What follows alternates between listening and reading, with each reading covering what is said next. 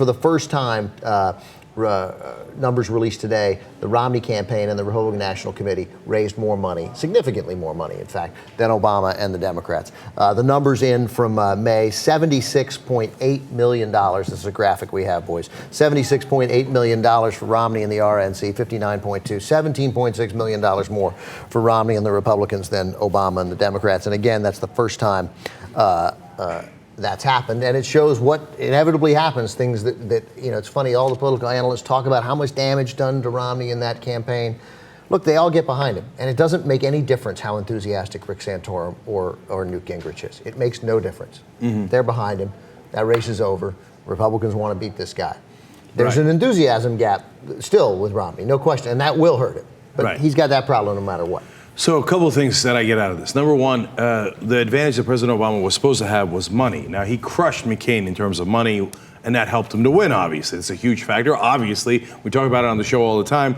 The most important factor in politics, unfortunately, is how much money you have.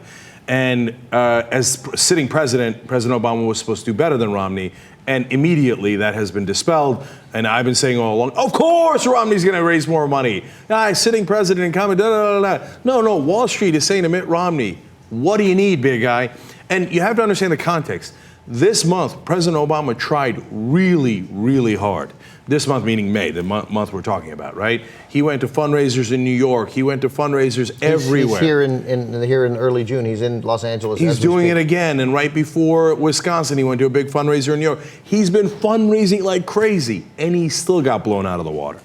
So, and they've been trying to appease Wall Street in a lot of ways, sending out Bill Clinton and just about every other Democrat saying, oh, no, private equity is awesome. Don't worry about it. We're on your side. They've done all that they can, and they still got crushed.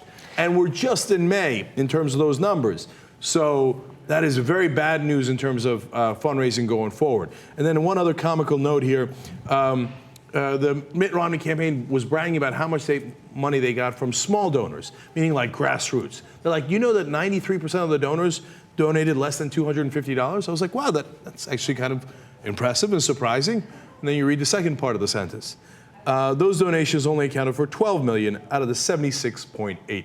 Right, yeah. So the 7% that donated above $250 donated $65 million. Yeah, when you hear them talking about the percentage of donors who gave the amount, it's just their way of saying that this was change. This was candy and gum money. Yeah, exactly. So the incredibly rich are giving a tremendous amount of money. Now, if you believe Obama campaign officials, they say that this fundraising surge of Romney's could be temporary, saying that because he just won the nomination, sort of just became the presumptive nominee, allows him to raise more general election money, raise money jointly for his campaign and for the Republican Party.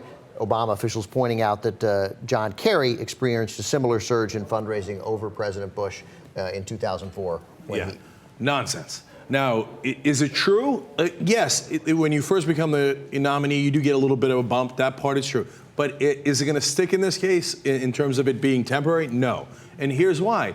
Because in the past, you had to hedge your bets, right? And even if you were Wall Street, a lot of times Wall Street gave more to the Democrats than they did to the Republicans. And who was going to win was a huge factor in those considerations. Now with Citizens United, that they've lifted all bounds, right? So now the Chamber of Commerce, which used to be split, it might have been 60-40, on a bad election for Republicans. Now it's almost exclusively Republicans, right? So they've made a calculation.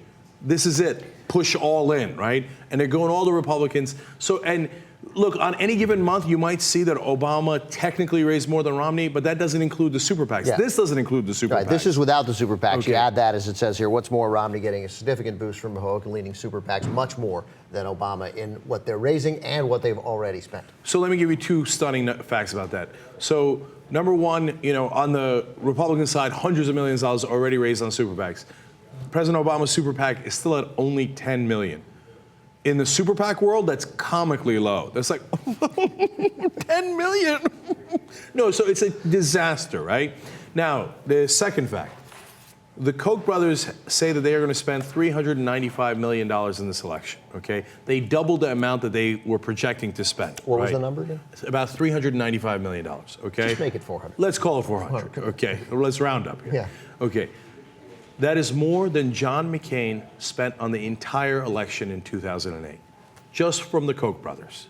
Let alone Carl Rove's group, let alone Harold Simmons, let alone Adelson, let alone everybody else, let alone the entire hedge fund community, et cetera, et cetera.